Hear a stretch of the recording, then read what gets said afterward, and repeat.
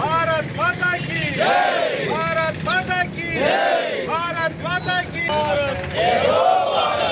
అర్థాంతరంగా కాల్పుల విరమణ చేసిన మోడీ దేశ ప్రజలకు సమాధానం చెప్పాలి అర్థాంతరంగా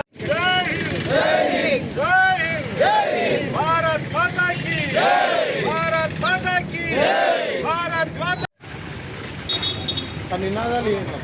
जय हो भारत అర్థాంతరంగా కాల్పుల విరమణ చేసిన మోడీ దేశ ప్రజలకు సమాధానం చెప్పాలి ఈ ఎక్స్‌గ్రేషియా 5 లక్షల రూపాయలు ఇస్తున్నారు. ఈ 5 లక్షల రూపాయల ఎక్స్‌గ్రేషియా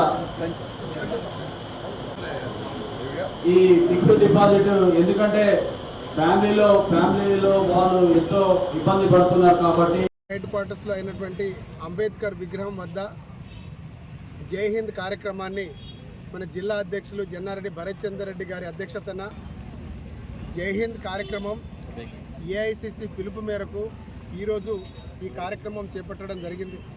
ముఖ్యంగా పహల్గాం దాడి తర్వాత మన భారత వనితలు దాదాపు 26 మంది వీర వనితలు ఎవరైతే ఉన్నారో వాళ్ళ భర్తలను వాళ్ళ కళ్ళ ముందే అగంతకులు ఉగ్రవాదులు కాల్చి చంపుతూ ఉంటే వాళ్ళు ప్రాణాలు విలువిలలాడిపోయినాయి.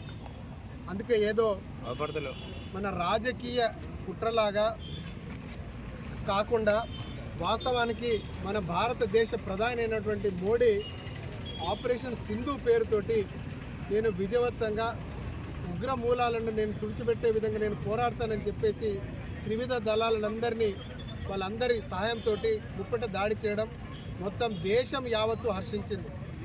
కానీ అక్కడ ఏం జరిగిందో తెలియదు. కానీ వెంటనే అమెరికా దౌత్యంతో మోడీ వెనక్కంజే వేయడం నిజంగా కూడా మొత్తం దేశమంతటా నిరాశ చెందింది. ఎందుకంటే మనకు తెలిసిన విషయం ఏంటంటే పాకిస్తాన్లో ప్రతి ఇంట్లో ప్రతి ఒక్క కొడుకు ఒక ఉగ్రవాదే.